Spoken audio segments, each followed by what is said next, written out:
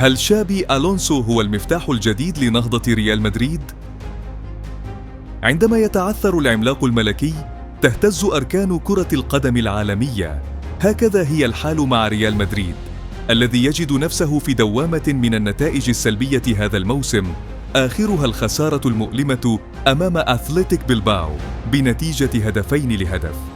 هذه الهزيمة لم تكن مجرد خسارة في النقاط، بل دعوة مفتوحة للتساؤلات حول مستقبل الفريق تحت قيادة كارلو أنشيلوتي. هل حان الوقت لتغيير القيادة الفنية؟ وهل يكون شابي ألونسو النجم السابق الذي تألق على عشب سانتياغو برنابيو هو الرجل المناسب لإعادة هيبة الميرينغي؟ شابي ألونسو الذي تألق كلاعب وسط مميز في ريال مدريد بين عامي 2009 و2014 يعرف جيداً معنى الضغط والطموح في ناد بحجم الملكي. بعد اعتزاله تحول إلى التدريب، خاصة باير ليفركوزن الألماني، حيث يقود الفريق نحو القمة بأداء هجومي مميز وتنظيم تكتيكي صارم.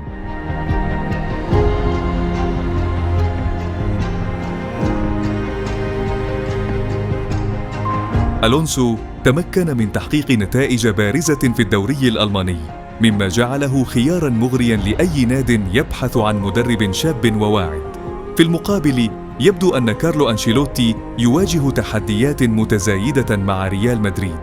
رغم خبرته الكبيرة وسجله الحافل بالألقاب، فإن الفريق يفتقر إلى الثبات في الأداء هذا الموسم.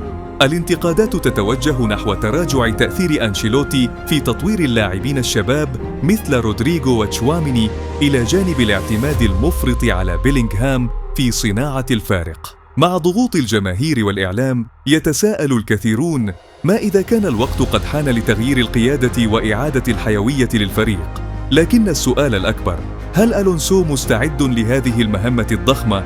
قيادة ريال مدريد ليست وظيفة عادية، إنها مهمة تحمل ضغوطاً هائلة وتتطلب نتائج فورية وأسلوباً يلبي طموحات الجماهير.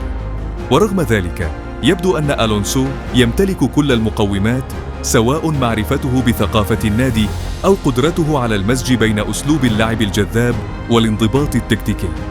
في النهاية، القرار يبقى في يد إدارة ريال مدريد بقيادة فلورنتينو بيريز. هل سيكون ألونسو هو الاختيار الأنسب لإعادة ريال مدريد إلى القمة؟ أم يمنح أنشيلوتي فرصة أخرى لتصحيح المسار؟ الأسابيع المقبلة ستكشف الإجابة.